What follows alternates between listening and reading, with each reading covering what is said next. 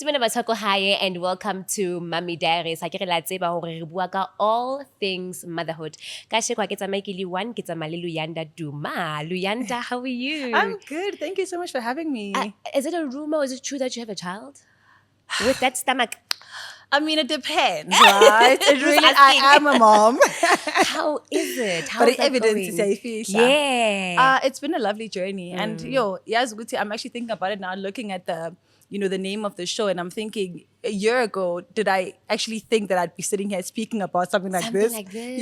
No. Yes. But life works in, very amazing ways. And I'm so glad that I'm now in this journey, in this season of becoming a mom. And it's like the best thing ever for me. And how's work? How's business? How's that going? Tricky. I must say, having to balance, out everything. I think I still consider myself a new mom. My son is 9 months. So I think the transition, I'm still trying to find my feet between obviously balancing work and balancing motherhood. I try by all means in a week, I'll take 3 days in the office. Then the other 2 days, I want to take it home. I, prioritize spending time with my son and just being there for the little milestone. And also just, I want to be part of the journey of crafting him as a person. I want to be there to see what his personality is like, you know what I mean? And I also still want to influence some of the behaviors that he will have. And the only way to do that is really by being present. And I think having also, when it comes to work again, having a supportive team, a team of women, I work with a lot of women that know exactly what they're doing. They're very sure of the job that they bring and what they bring to the table. So I think the best way that I've managed to sort of find harmony in that is that I've got a strong support system and I'm able to then, juggle all the different hats that I have to wear. And how's your podcast doing? What's your podcast all about? Oh, guys. Let's talk about that. The Enlightened podcast. So I'm Yes. also a podcaster. Yeah. And this started really off conversations that I used to have on social media, on Instagram Live during COVID. We had all the time. Yes, I used to watch We're all those. busy, you know what I mean? Yes. I just took that opportunity because I'm an HR professional Yes. by profession. So I think I engage a lot in conversations that sort of grow young people, right? And I gravitate towards women, obviously, because I'm a woman and I believe in women empowerment. But I think my content is really for everyone that wants to develop themselves. So I took it upon myself to have these conversations while we're locked down to say, hey, we want to hear from the likes of Vusite Mbagwayo, Yolanda Jawa, whoever else, Mbali, Gorgeous Mbali, whoever your faves are. Let's have conversations with them and break down actually the process of them becoming, right? What is their day in their life? What does, work life look like? What are sort of strategies and techniques that have helped them build their different empires. So we had those conversations. My Instagram numbers grew overnight.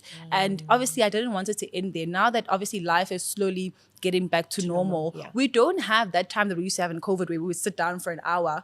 24 hours sitting at 24 home hours, on our phones, right? Yeah. So I thought the world is changing. We're becoming a very digital world and everything that we do now is really on the go. So how do I then create a platform that is going to serve people in their everyday lives, in their business? And I thought the podcast, it's still new in South Africa, but it's definitely a platform that I envision and I see becoming something bigger than ourselves, just like YouTube, So YouTube started the same way. A lot of people didn't know about it and didn't foresee, the big opportunities that could come with the platform. And that's how I see podcasting as well. So I decided to start a podcast. It's really about motherhood, success, and just, conversations around career, which is something that I'm very big on. So I bring in different people from all walks of life to speak about their different careers, their success stories. And if you're a mom, we really do touch on that because I think as something that's new for me, like I said, it's become a part of my life. And I want to have those conversations because also as an HR professional, I see how mothers get treated in the workplace. So how do we now start to normalize those conversations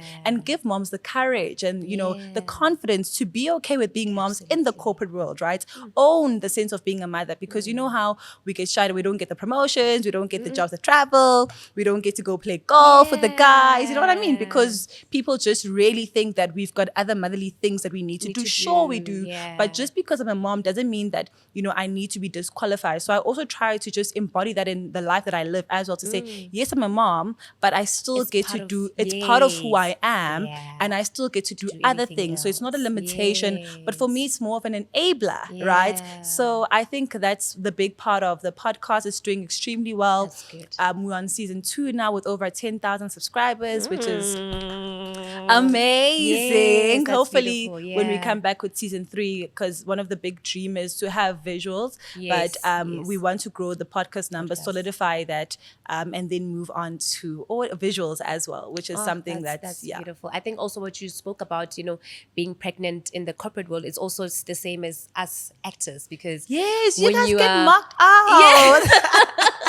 it almost Why? feels like, I think because you're gonna change the whole storyline. And also especially if you're on a soapy, they like 3 months ahead. I was just lucky enough that they wrote it into the story, but I've always heard stories from women where they're even scared to say, "Oh my God, I'm pregnant. I'm gonna lose my job," because they're gonna have Can't to you write. hide it? You can't hide it forever. I mean, like, you're gonna show, right? And you can't hide Okay, it. no, I'm speaking from a point of privilege because You from like, a different didn't show, world, yes. yes. But like for us, it's like now they're gonna have to think of, oh my God, now we have to write this girl out, or are we gonna write the story, the pregnancy in, which is. And how are your feelings towards it? Actually, guys, I'm also a host of a podcast, so Yeah. trust Ask me away. Trust me to then take over and ask a question myself. Yeah. Because it's really a conversation that I think we could have as well. Yeah. How do you feel about that? Because I think from their perspective, I could understand it's a very effective or ineffective. Yes, It's a costly now job for Yes. them, seeing that you're Yeah. pregnant. But Yeah. does it really have to be like the end of your career, especially with that particular show? How does that make you feel? And how would you want them to navigate that situation? I think, first of all, like you're saying, I understand it's business, and obviously when it comes to business, but I need to cost and everything. Yeah. But I think it would be unfortunate for me as an actor, because being pregnant is a blessing. It shouldn't now feel like a Yeah. curse where you're like, oh my God, this baby has brought nothing. Now I lost my job and all of that. And I think it's also sad when it comes from a female producers, because sometimes you have a female producer who also has kids, and now they have to tell the news that they're writing you out. I don't think it's fair. I don't think it's right. I think, And you'd want some sense of empathy from somebody I think like they can that, maybe then write you out. It's tricky because also if they write you out, it means that you can't, when you're home, you don't earn money.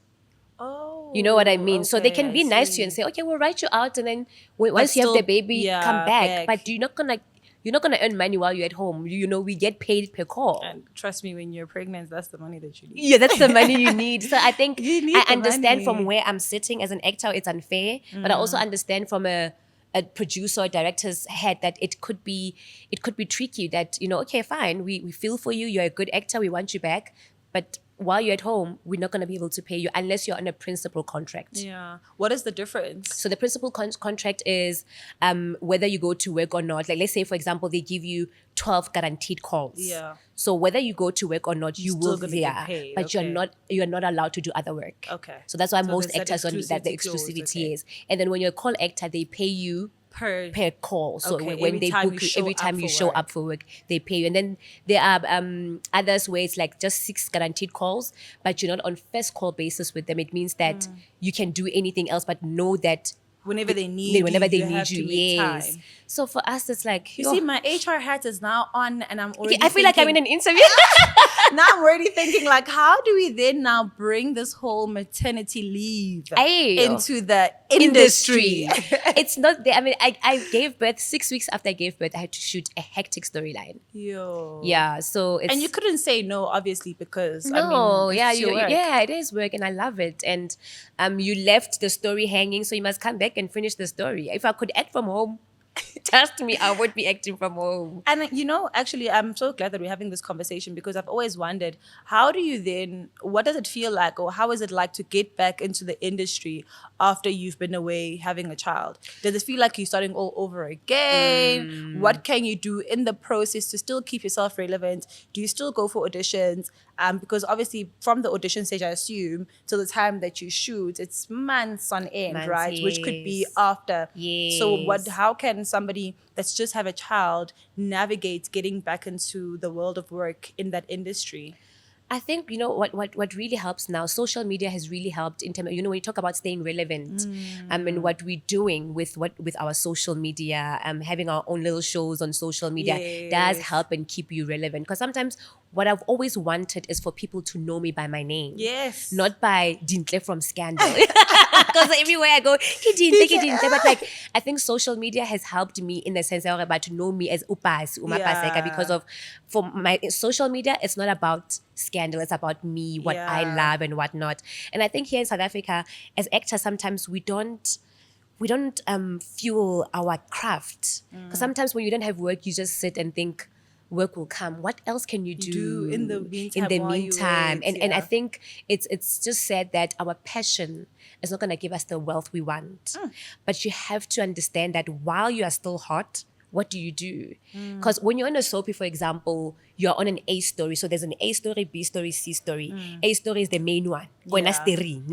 So what do you do while you're hot? How do you capitalize? That's the English I was looking for. So I think sometimes, even though your passion won't give you the money you want, but you must use the favor from God, which is your stardom, and see how you can try and open businesses or try and see what else do you like besides acting. Brands and all of that. Capitalizing, yes. No, that's now going back to you.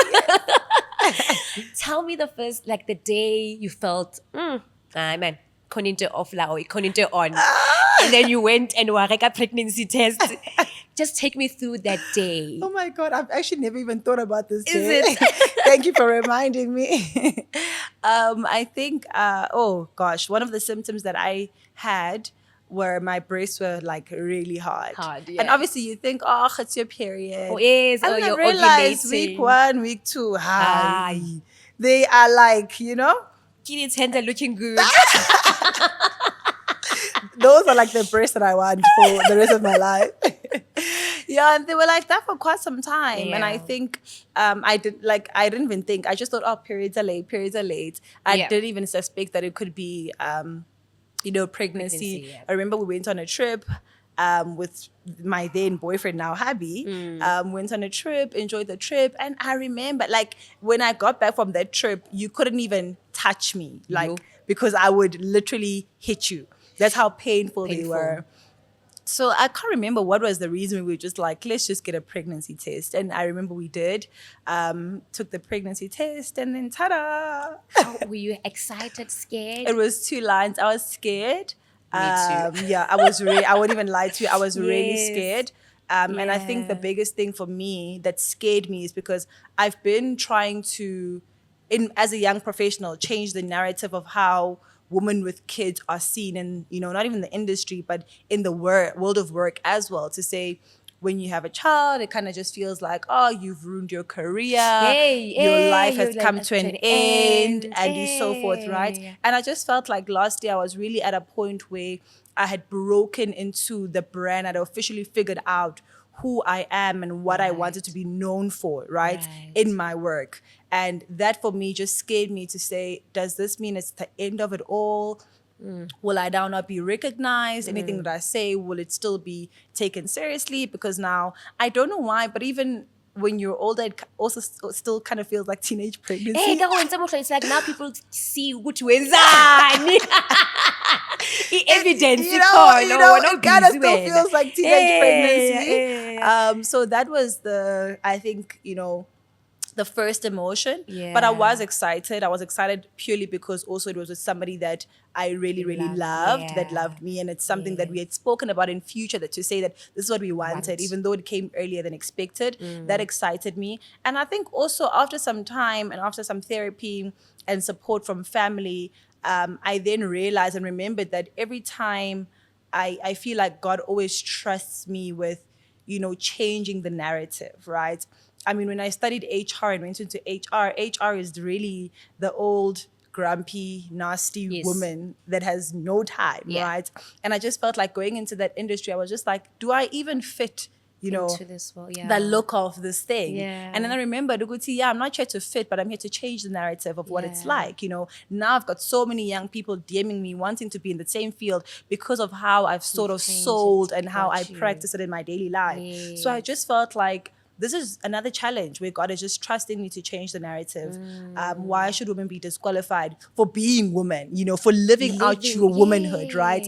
I mean, I am bringing life into this world after all, and that's something that should be celebrated, something that I should be proud of. Absolutely. And I began then to change the way I saw myself. And that really had an impact on how people then saw me, right? And it's very true to say that you decide how people will treat you, how people will look at you, how they'll perceive you. It's all in your hands. So if you are then very timid and ashamed, and that's how people will look at you. But if you embrace it, I'm in a positive way, obviously, because I still believe in encouraging, young women, building young women. I'm not saying have a child very early, but I'm saying if you do make that mistake or make that decision rather, there's still a way to still become the best or the woman of your dreams rather. So I think that was when I took the assignment to say, you know what, I'm really going to rewrite this narrative and I'm going to show women that it's possible. You can be a happy mom and still live your life and still be the best at your job as well. So lovely. I hope I've done. And how was your pregnancy?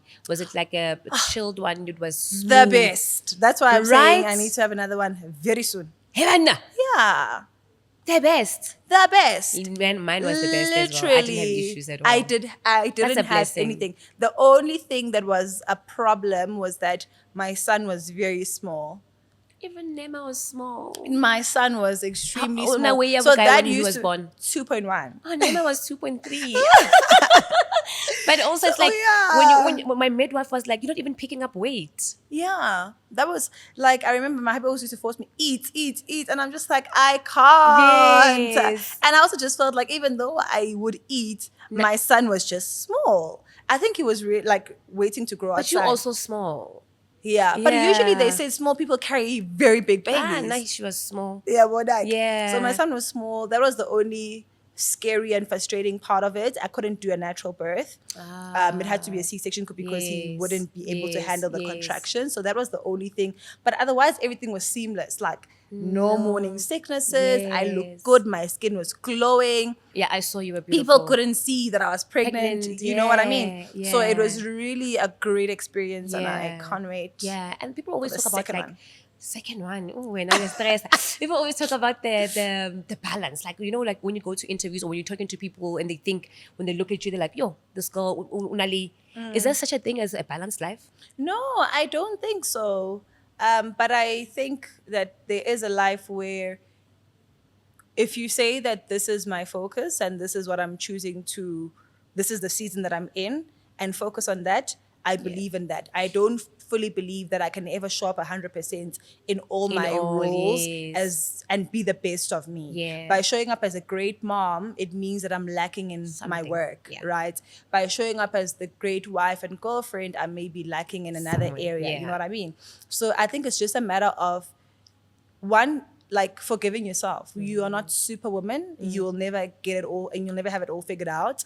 It's just choosing and knowing that when I'm at work, I'm fully present at work and that's what I'm going to give of me, right? Yeah. When I get home, I take off my work hat and I'm at home. Present, whether it be as a mom, as a daughter, as a sister, as a wife, as a girlfriend, or just present for yourself. Yeah. You know what I mean? Yeah. So it's just a matter of being present in all the different areas of your life. And that's how you'll just sort of navigate and work through. And did you work throughout your pregnancy or did you go for maternity leave?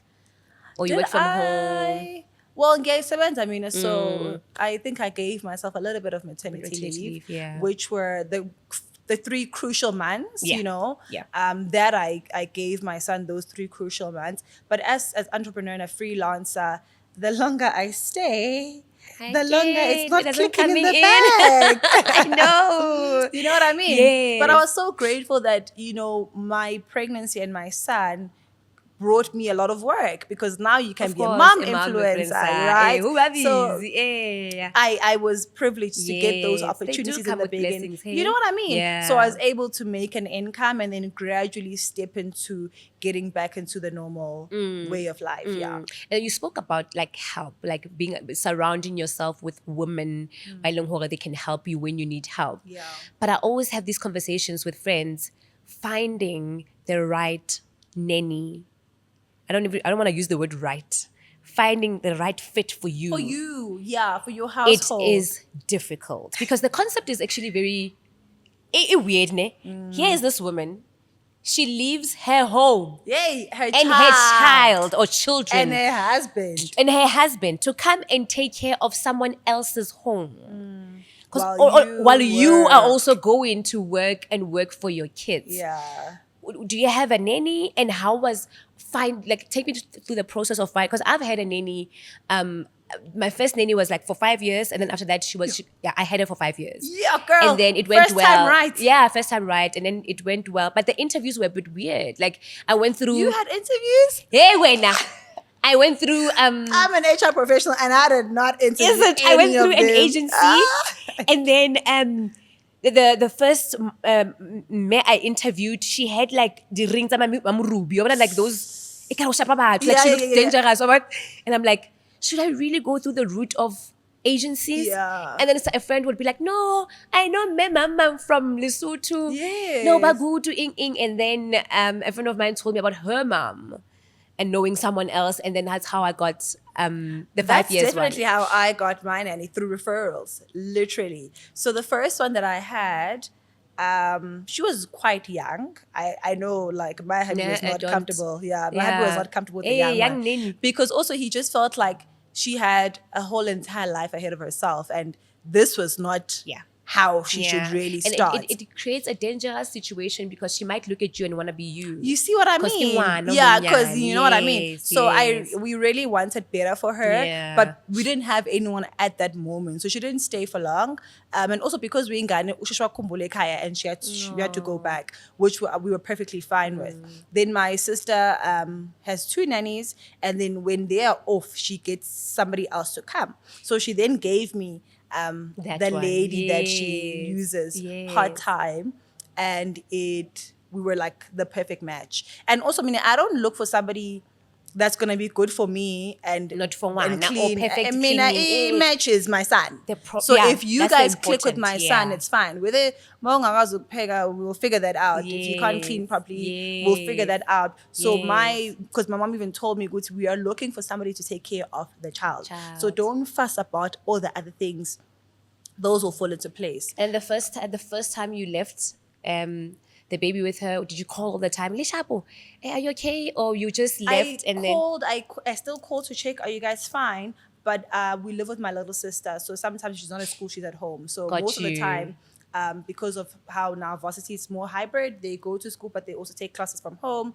So most of the time, somebody's in the house, she's there. So I don't worry. But also, I'm very like, if I can see, your intentions are good, I want to give you that trust. I want to give you that leeway. I also don't like, even as a boss, I don't like micromanaging because I feel like you're not going to be comfortable. So even with her, I didn't want to feel like put my anxiety on her.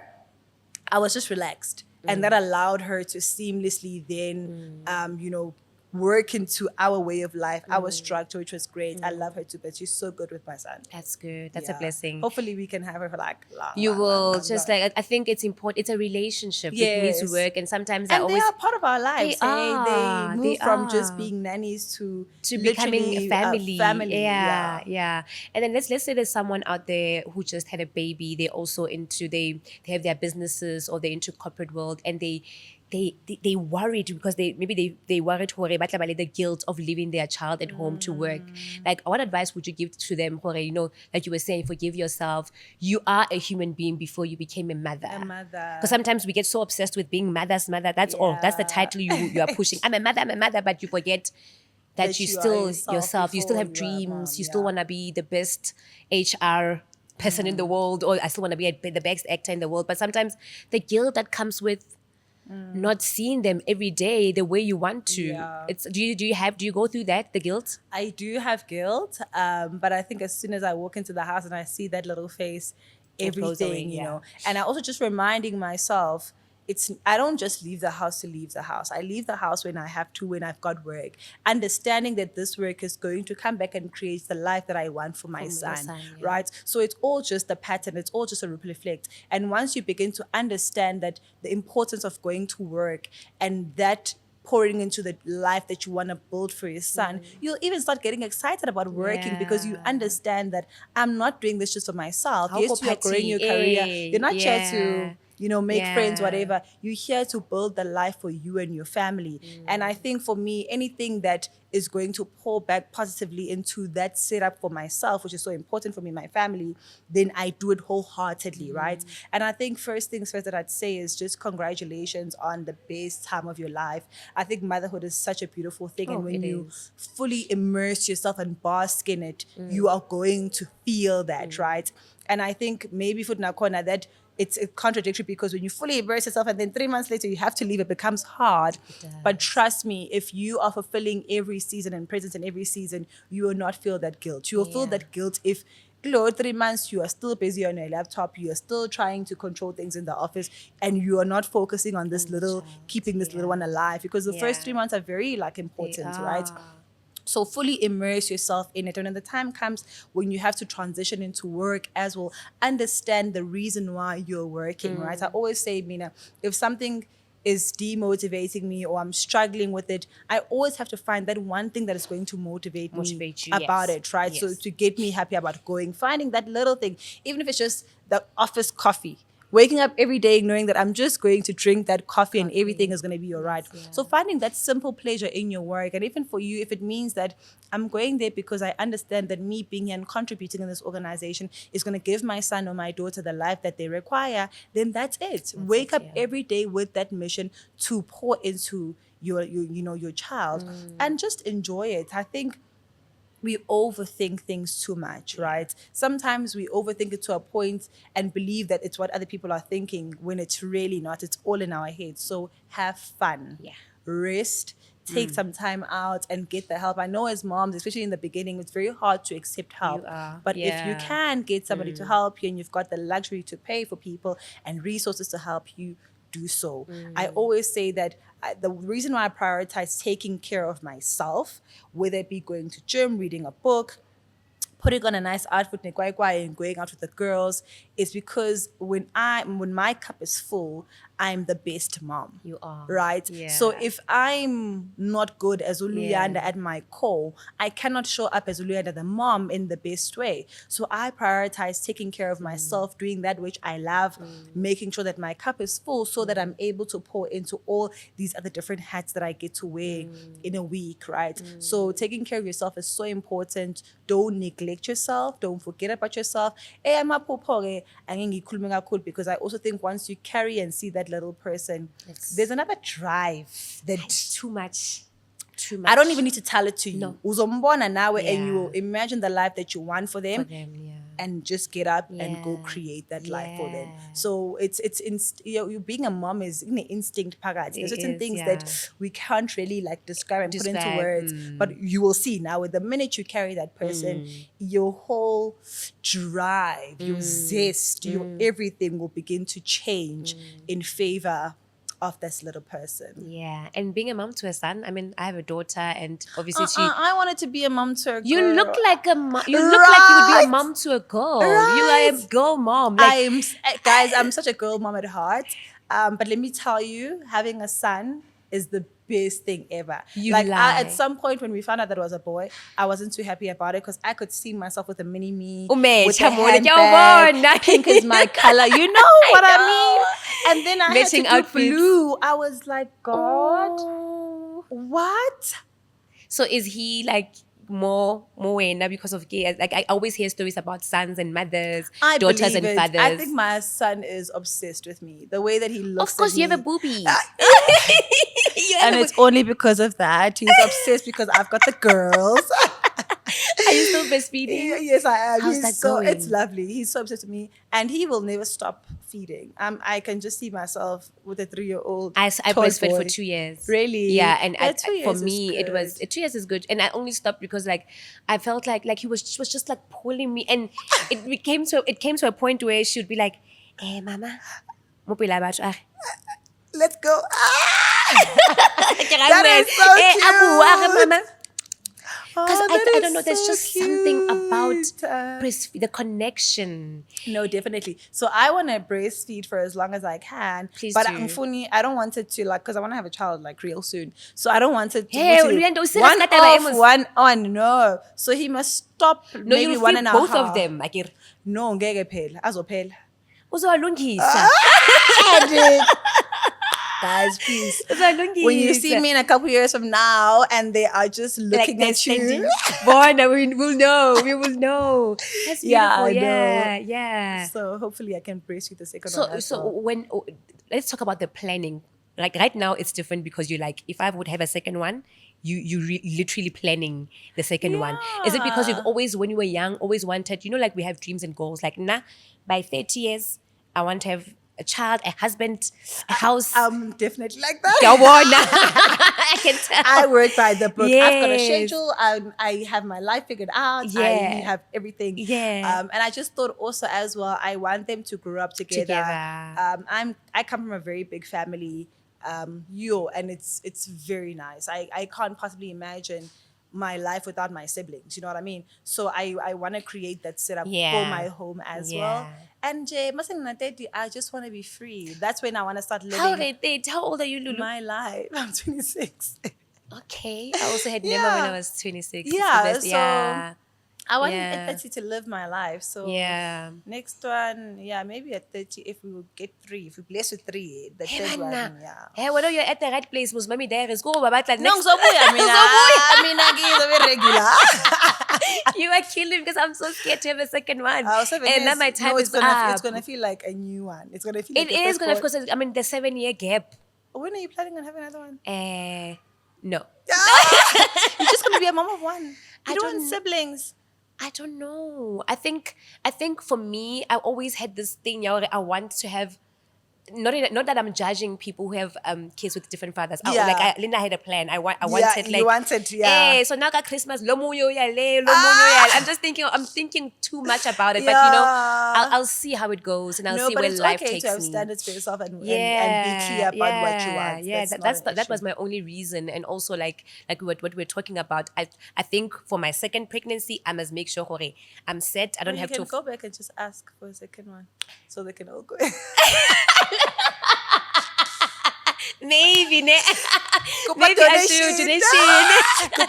But I think also because I worked throughout my pregnancy till I was like 8 months, and I was doing like hectic storylines. But I think for the second one, I really wanna.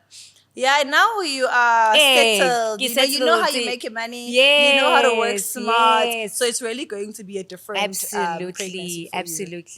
Well, lastly, let's talk about support from your husband. Aww. Sometimes we talk about mommy, hey, but when you have a husband who supports you, that's also beautiful. Let's talk about that. Like it's amazing. It is amazing. It's amazing. I don't think that I'd be able to be the best mom that I am to my son without him just there cheering me on. Because it gets hard. It does. I mean, I know we've just spoken about the glorious things when it comes to being mom, but it does get hard. It mean, the first 3 months for me were traumatic. Like, I hardly slept. I was crying every day and not knowing what to do and how to do it. And my child had colic.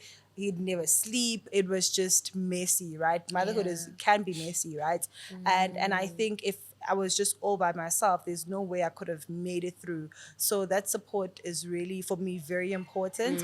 And I think just being able to know, Guti, if I'm tired and I'm taking time out, there's somebody there to look after my son, to still be a parent. Guys, 2 is better than 1. I don't know any other way of putting it. 2 is way better than 1. And I think I'm quite blessed to be able and have the privilege to to have that. Lastly, advice to someone out there who's pregnant, they're scared, they're worried about their careers. Take your vitamins. And like you folic acid. I know. Take your vitamins, eat your food, take your pregnancy shake, just take care of yourself. And I think more than anything, take it easy and have fun. Guys, motherhood is a journey.